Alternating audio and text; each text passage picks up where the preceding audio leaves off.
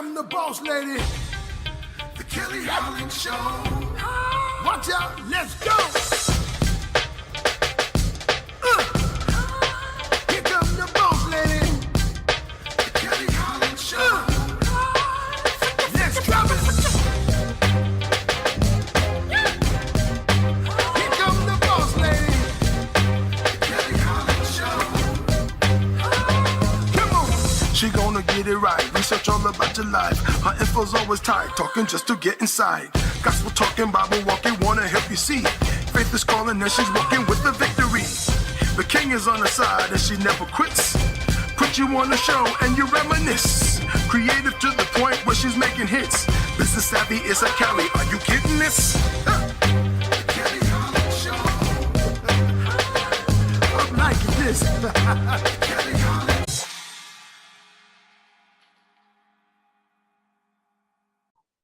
Thank you so much for joining us today and welcome to the Kelly Holland Show. I'm so excited to have this newly opportunity given unto me, and I'm so even more excited to share all the lovely guests that come onto this platform. Today we have Mr. Jason Davis with us. Hello, sir. How are you doing, Kelly? I am well, and yourself? I am doing excellent. It's a wonderful day. Excited to be here. Glad to have you. I know you as the king of the Clubhouse app, but others should also know that you run the Jericho Force Enterprises. Give us some background on Jericho Force Enterprises and a little bit about yourself.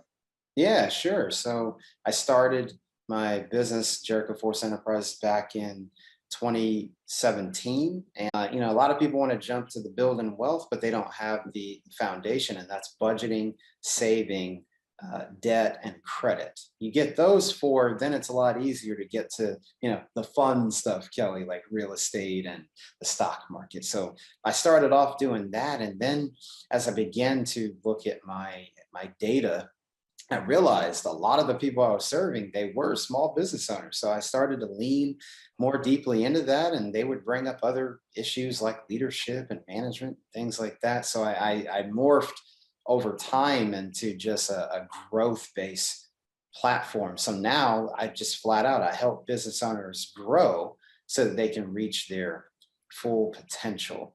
So that's a little bit about what I do on the Jericho Force side. I speak, I coach, I train, I do a leadership experience, and I assess behavior using the DISC personality assessment. And then just a little bit about me, married to my lovely wife of 5 years as of this time and counting. I know the folks that if you're watching this, you're going to say, those kids are just young. Well, hey, we're celebrating every step of the way. We met in college at Georgia Tech.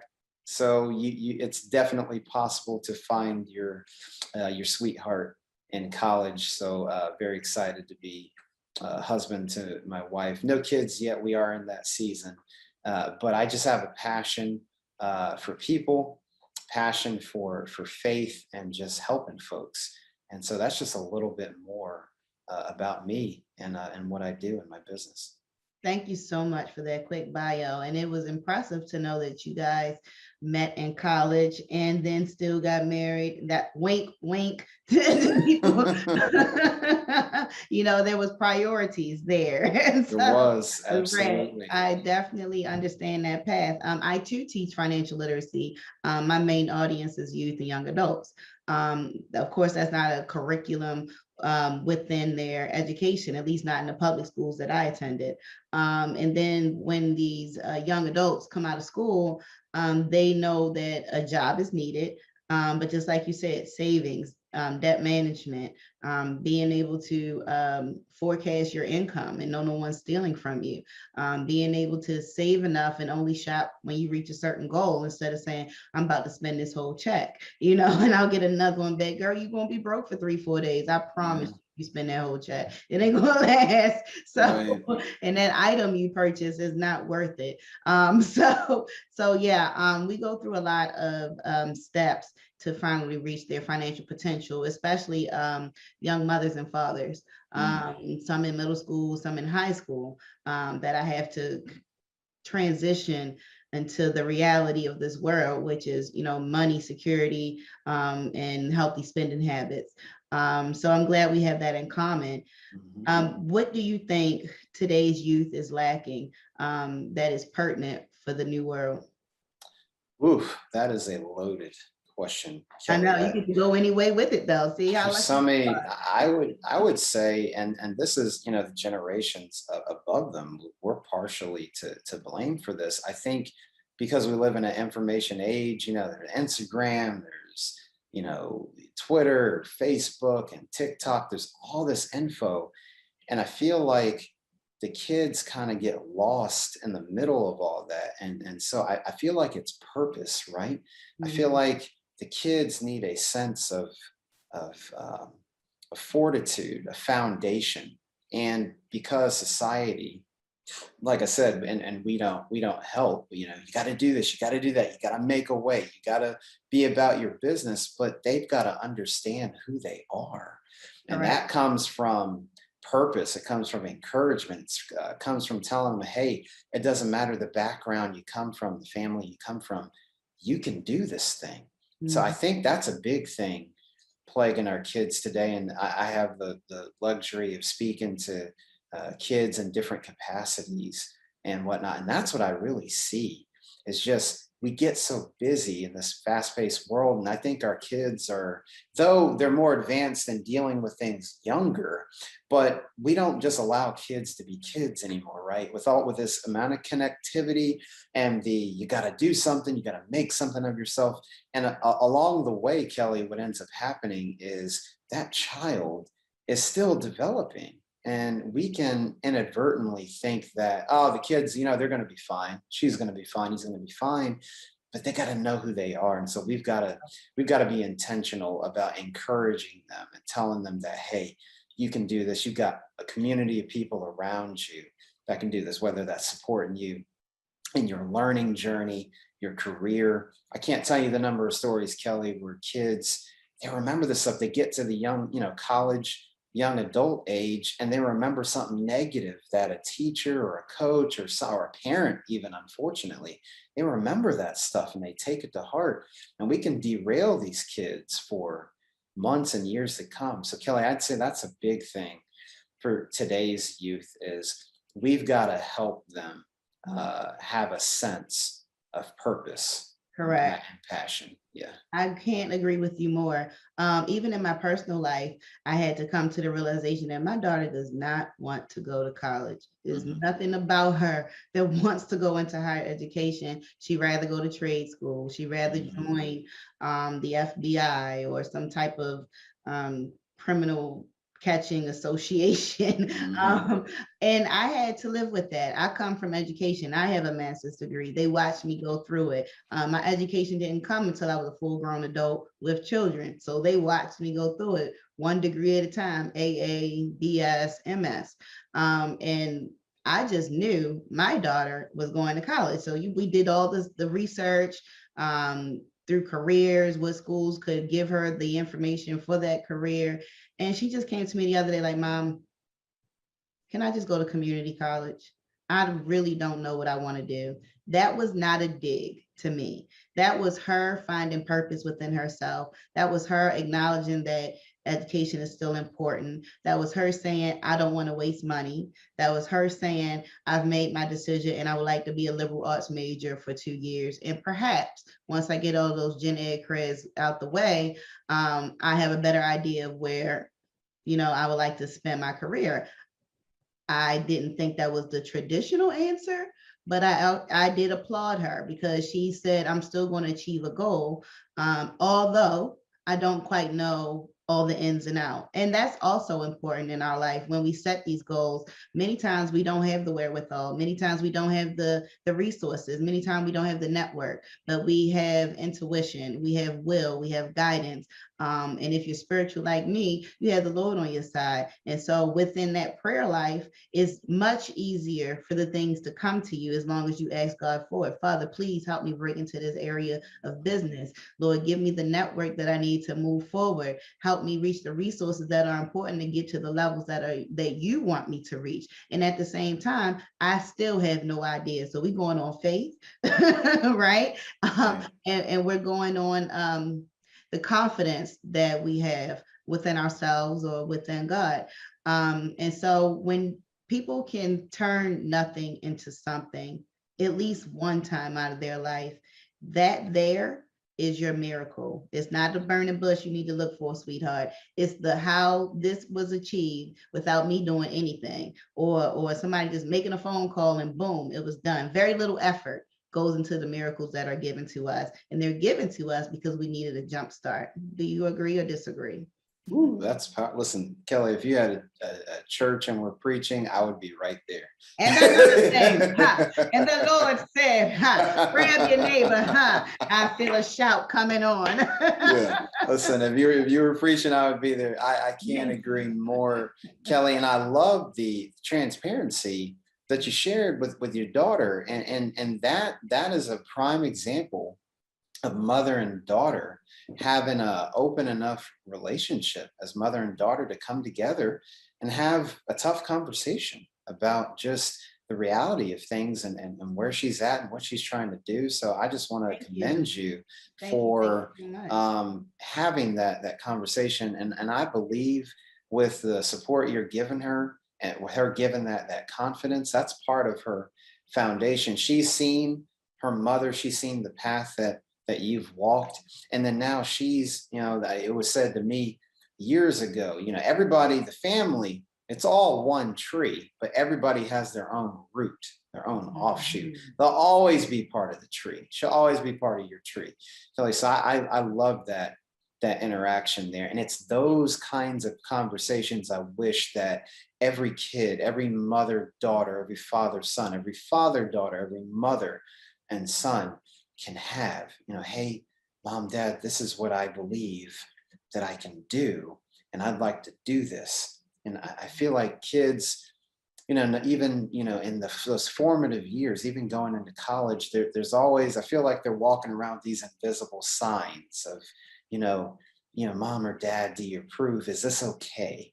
Mm-hmm. And so in that moment you brought, I want to be something, or I want to be something. Yeah. Mm-hmm. So I absolutely agree. Kelly, you get me excited. I'm gonna tell you. I'm excited. I'll tell you that much.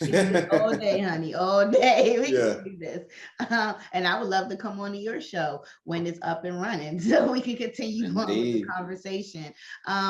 In my experience, especially in the Black community, we're taught when you're 18, you're moving out, you're on your own, you're an adult. I used to subscribe to that methodology, and now I don't. I now see that it's too much of a struggle to have these financial burdens fresh out of school. And I believe in my household and for whomever I'm coaching at the time, that it's not important to get them out the house as soon as they turn 18. It's important to make sure they are world ready, that they have the life skills.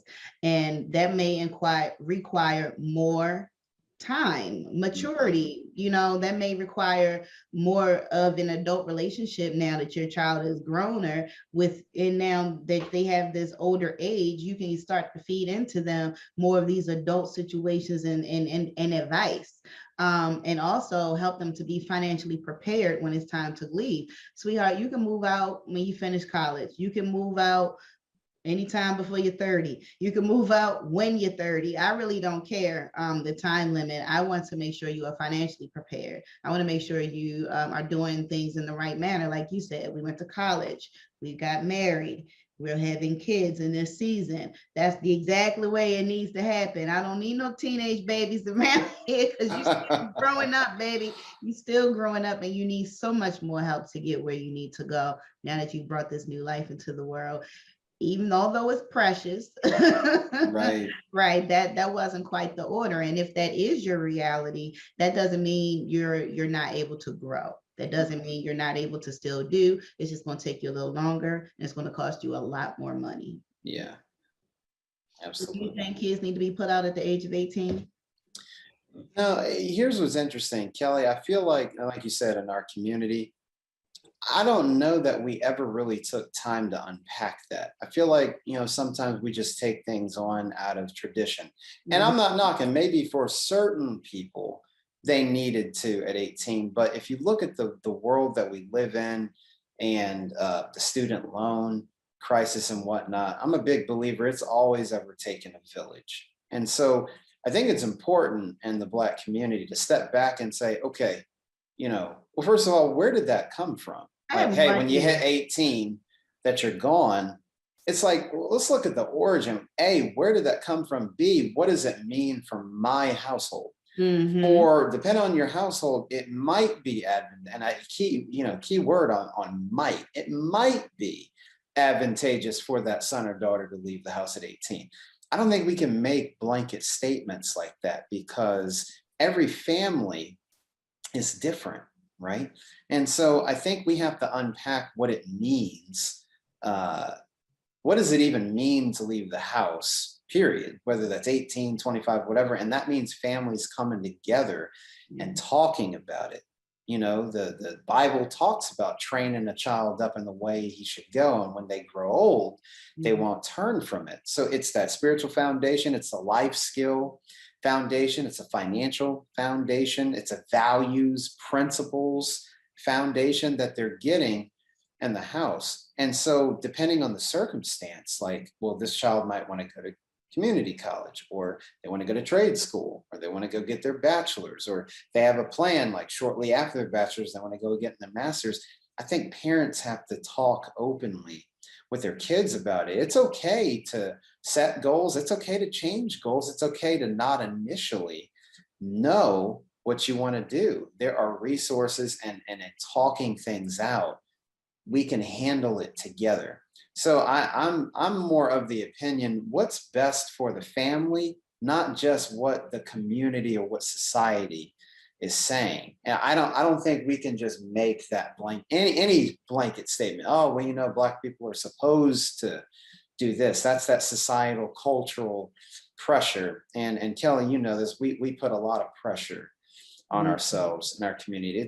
Let's try to relieve some of that pressure, and let's look at our specific context based on my family, where I live, the city, state that I live in, what's going on emotionally, mentally, spiritually, what college is even on the table, what's the career plan for that child, how is the parent situation changing, right, Kelly? Some people, empty nest is a new dispensation for a lot of parents, whether you're a single parent, mom, single parent, dad, or married. It's like, that's everybody's like, hey, I want empty nest, but it's like, again, what does that look like? We can't just lean off of, well, they say, because they said in a magazine or on TV show or on the radio or on the podcast that empty nest is supposed to look this way. No, I think stepping back, what does it actually look like? The process of children leaving home, whether that's 18. Like summer break. No, just that's why I'm laughing. I'm like, mine left yesterday. Right. But they're coming back. Yeah. That permanent push, though, that could be detrimental to some. It really can. Tell us more, and let's switch subjects a little bit about Jericho Force Enterprises. Yeah, absolutely. Well, I talked about earlier that I help business owners grow so that they reach their full potential. What does that mean? Exactly. Well, we take an approach that's three parts. We look at business growth, personal growth, and spiritual growth. So if you're followers of Christ, like, Kelly and I, a big part of your growing in your business and being successful, and even your personal growth, maturing and changing, is your faith. And so you've got to have a faith foundation. So in my business, we talk about how all three of those are layered together. Yes, the business finances. Yes, the marketing plan and what systems. I'm big on that. On the money side, I teach on personal finance, but I also talk about the business finances and the systems that are in play. Do you have a way to take payment? Do you have a way to market what you do? And do you have a way to house the product or service? Do you have a website? Do you have a warehouse? Whatever that is, those are usually the three things you need to get going. And then there's the personal growth aspect, Kelly. So I do, one of the things I do in mastermind groups was just a peer-to-peer mentoring concept with a small group of people, 6 to 12 folks, as we unpack concepts like personal growth. And so I run masterminds on the 15 invaluable laws of growth, because we must be growing as people. One mistake we make, Kelly, is we just automatically assume that growth is going to happen. No, John Maxwell talks about the law of intentionality, and that means growth doesn't just happen. Some people, Kelly, unfortunately, they don't have 20 years of experience. They have the same experience over 20 years. Well, you don't want to do that. You want to be growing year to year. And that means there's something that I have to do. How am I handling life as it comes at me? How am I handling business? And then last but certainly not least, that spiritual component, spiritual disciplines. Am I in community? Am I reading God's word? Am I inviting the Lord into my place of work so that both my work and my soul can thrive? So those are the three areas we focus on: business growth, personal growth, spiritual growth. And then we do that again with speaking, the coaching in groups. That's where the masterminds come in, trainings, various trainings that we do. One, I talk about the 5 E's of business engagement. What does it mean to have an engaged business? From a faith standpoint and from a business standpoint, they go together. There's no compartmentalization. So we talk about that. And so that's what we focus on with speaking, coaching, training, a leadership experience, and assessing behavior. So Kelly, it's big self-awareness, right? You got to understand, in order to grow yourself, you got to know yourself. Correct. And so all of my clients, I have them take their DISC assessment so they can understand, hey, am I more introverted or am I more extroverted? Am I more task oriented or am I more relational oriented? And we talk about a personal development growth plan. Like, Jason, that's great. I'm a D and that's red. What does that mean? Okay, so here's some things. D meaning dominance. So here as a result of your assessment, here's what we can do. Here's how it'll help you grow personally, and here's how it impacts your business and the people around you. So that's what we touch on, Kelly. And even my book that I just launched back in March, Fortify Being Rooted in God's Plan for Work and Business. That's another resource that I help my business owners go through. Is like, hey, we got to integrate our faith into the work that we do. And here's some practical ways to do so with our values, with our leadership, with our finances, with our growth, with teamwork. I unpack 10 areas of work. So that's a little bit more about Jericho Force Enterprises. You're getting me going today, Kelly. I love it. I love it. I love it. And I like the business model that you set up. Quick question. What is your majority demographic? Absolutely. So Christian business owners that want to live out their faith in the work that they do. And Kelly, just being transparent, that was new for me. Before I wrote the book, I was being obedient. Look, pandemic, we were sheltered in place. A lot of people were doing things, now all of us, we were eating some good food. We were hitting Uber Eats and DoorDash and all that. Well, while I was doing that too, God called me to write a book. And so I went to a conference about 60 days before everybody was really sheltered in place. And I was at a men's conference, and God really spoke to me and said, Jason, this is what I want you to write concerning the business community and how to inject your faith into it. So it was a little bit of a pivot, because in 2017, I was just doing the one-on-one financial coaching, focusing on that budgeting, saving, debt, and credit. But when God tells you to move, look, he says move. So with the writing of the book and then the other programs that I've added, he's really calling me to, hey, if you're a Christian business owner, a kingdom business owner, a faith-driven entrepreneur, that's who I'm serving. That's beautiful. Yeah. I like you, Jason. I like you too, Kelly. That's beautiful. I love to be around like-minded people. I love to hear their servant leadership. I love to hear the way you give back, and the good Lord has provided you an income from it for you and your family. And that's something out of nothing that I speak of all the time. Or reminds me of Tupac, the rose from concrete, like how did that grow? Right. Right. Right. And so, and just God's faith overall, right? So with our affirmations, with our intentions, things definitely do work out. There is nothing that anybody has thought about long enough that has not come to, whether it been something negative or positive. It seems like we become our thoughts, and we execute one way or another. Would you be able to share with our audience, and I'm sure you are, how they could reach you, how they could get onto your platforms, any and all, and where your book is being sold as well?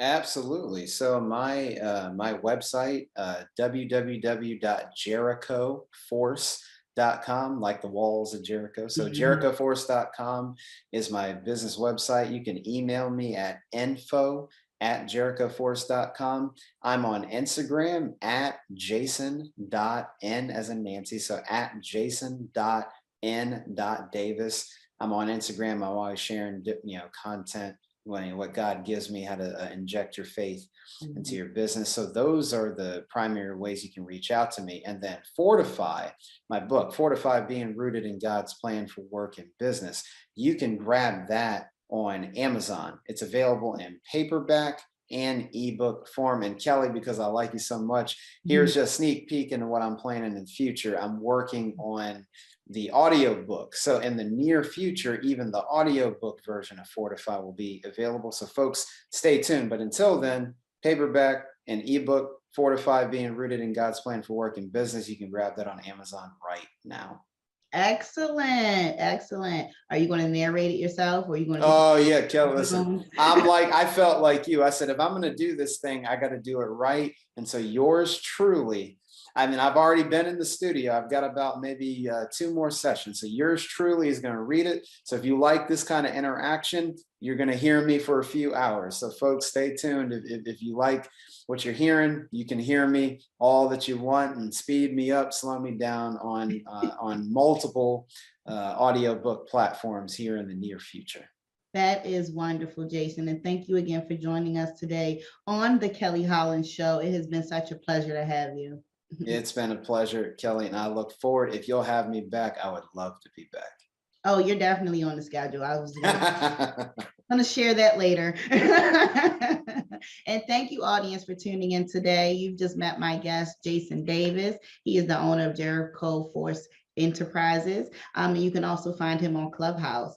This has been the Kelly Holland Show, and never forget to tap back into your unspeakable joy. Have a great day, everybody. Free, free, free, free.